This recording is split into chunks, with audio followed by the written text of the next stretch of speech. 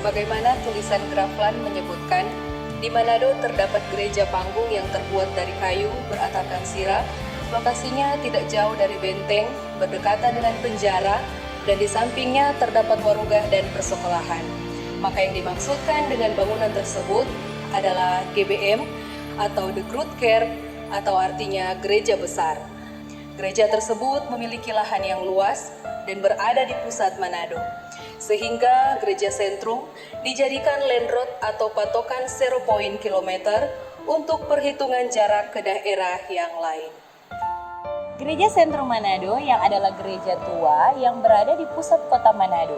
Gereja ini dibangun atas prakarsa seorang pendeta Belanda yang bernama Domine Montanus yang pada tahun 1675 dalam berkunjung di Manado.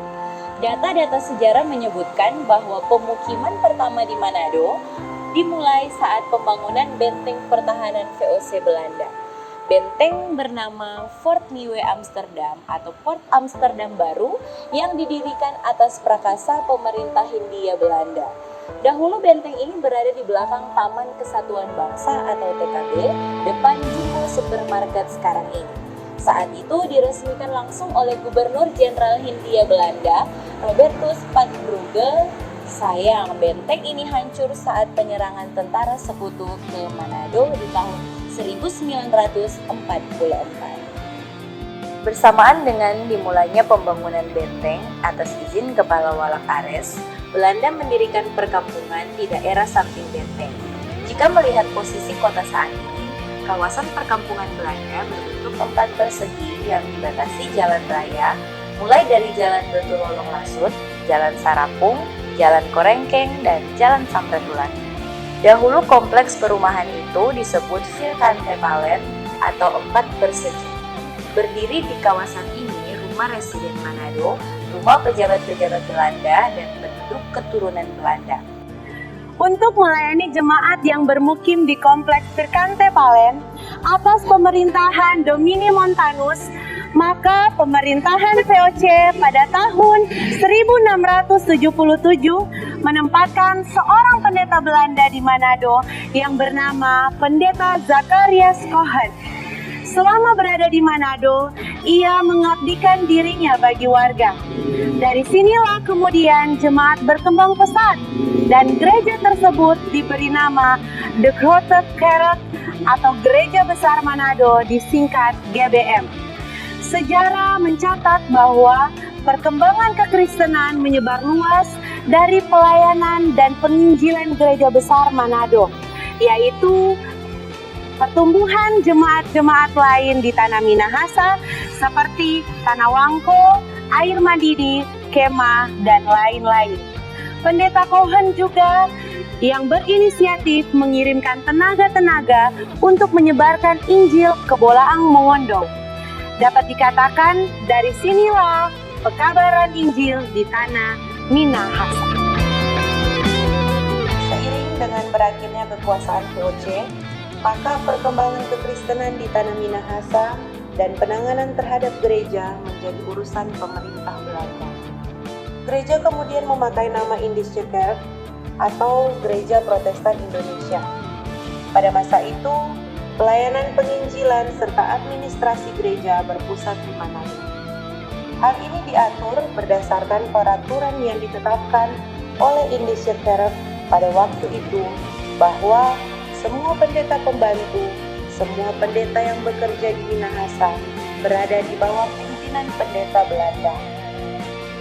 Pada masa pendudukan Jepang, Gereja Besar Manado menjadi pusat atau markas dari Manado Shukiri Sutokyo Kyokai atau MSKK yang dipimpin oleh pendeta Jepang yang bernama Hamasaki. Tapi sayang sekali, gedung Gereja Besar Manado yang kaya akan nilai historis dan religius harus hancur oleh bom yang dilakukan oleh sekutu. Sehingga dilakukan atau dibangun prasasti yang ada di sebelah kiri bangunan gereja, dan bangunan tersebut masih kokoh sampai pada saat ini dan seringkali dibuat atau dikunjungi sebagai situs wisata sejarah. Pada tahun 1952, Gereja Sentrum Manado kembali didirikan di lokasi yang sama dengan bangunan yang permanen, kemudian ditahbiskan pada tanggal 10 Oktober tahun 1952 dengan posisi mimbar utama yang ada di sebelah timur menghadap ke barat, kemudian diubah dari barat menghadap ke timur dan kembali ke posisi semula seperti yang ada pada saat ini. Pada tahun pelayanan 1983 sampai dengan 1992, sesuai data yang ada, Jemaat Sentrum Manado terdiri dari 47 kolom dan terdapat 4 kanisa, yaitu Zaitun, Petra, Karmel, dan Betania. Keempat kanisa tersebut di masa kini sudah menjadi jemaat-jemaat mandiri. Rangkaian Mutiara Zamrud Gereja Sentrum Manado pada 2 dekade akhir abad ke-20 saat memasuki abad ke-21 telah menjadi satu wilayah pelayanan Gemim bernama Wilayah Gemim Manado Sentrum plus Gemim Jemaat Kristus Manado yang memiliki sejarah tersendiri sebagai jemaat keluarga Tionghoa yang dibuahkan oleh Gereja Sentrum Manado. Dengan demikian, dua-dua pemekaran satu jemaat Sentrum Manado kini telah menjadi 6 jemaat mandiri dalam lingkup pelayanan wilayah Manado Sentrum. Para pendeta yang pernah bertugas di Jemaat Sentrum Manado sebagai ketua jemaat atau ketua badan pekerja majelis jemaat, yaitu Pendeta J.J. Roti pada tahun 1952 sampai 1972.